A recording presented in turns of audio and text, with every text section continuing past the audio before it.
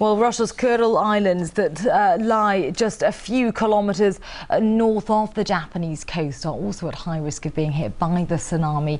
3-metre high waves have reportedly already reached one of the islands. Well, let's get the latest on all this now from Marty's Yugorka. What's the situation like on the islands? Well, a state of emergency has been declared in the entire Sakhalin region in Russia's far east, including the Kuril Islands, which are right there in Japan's neighborhood. One of these islands, as you say, has already been hit by a 3-metre high wave. Thankfully, no injuries have been reported there, and the infrastructure was not damaged as well. But authorities say that they've already evacuated around 11,000 people in the entire region to higher ground and are on high alert. Russia's President Dmitry Medvedev has ordered all local authorities and emergency services to be on high alert and basically get ready for any type of scenario. And Dmitry Medvedev has also ordered Russia's emergency ministry to get ready to help Japan in this horrific disaster. And we already know that 6 of the ministry's jets are currently on standby, waiting for Japan's official request, and are ready to deliver rescuers, doctors, and even a mobile hospital to Japan if it asks for this help. The situation is still quite complicated, and we'll have to see how this situation develops in the future, because at the moment it seems more waves are possible. All right, Yugorka, many thanks for that update. Well, to talk more about the disaster, we're now joined live by James Jackson, a professor of tectonics activity at Cambridge University. Many thanks for being with us here on our team, Mr. Jackson. So how large a scale is the disaster? Well, it's a very large earthquake. The scale of the disaster is unfolding now, but the earthquake is certainly one of the 10 biggest in the last 100 years.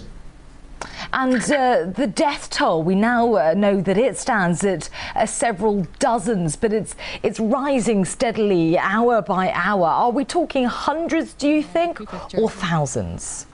Well, I would have thought that certainly hundreds of people will have died in this, and I wouldn't be surprised if a few thousand. It's always very difficult after tsunamis to find out what happened. And is it likely, do you think, that the aftermath of the tsunami will wash out the countries that are on the warning list as well throughout the Pacific Basin? Yes, the tsunami will certainly hit other countries around the Pacific Basin. That is really quite easy thing to actually forecast now.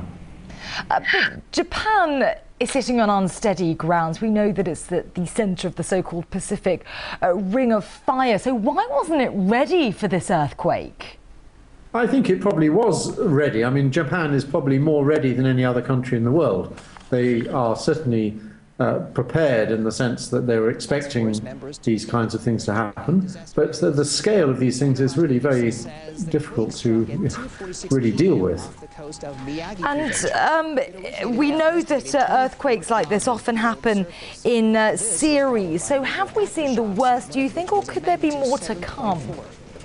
Well, these plate boundaries of the sort which moved in Japan just now and also in Sumatra in 2004, they do tend to sort of unzip. So once you have one, you have others along from them. So the Sumatra one, which started in 2004, has over the last 6 years had 3 or 4 other ones, not quite as big as that first one, but getting on. So how worried should residents be in the surrounding areas? We do know that some waves have already hit Hawaii. We know that some parts of the American coastline are on alert. Should people really be panicking here?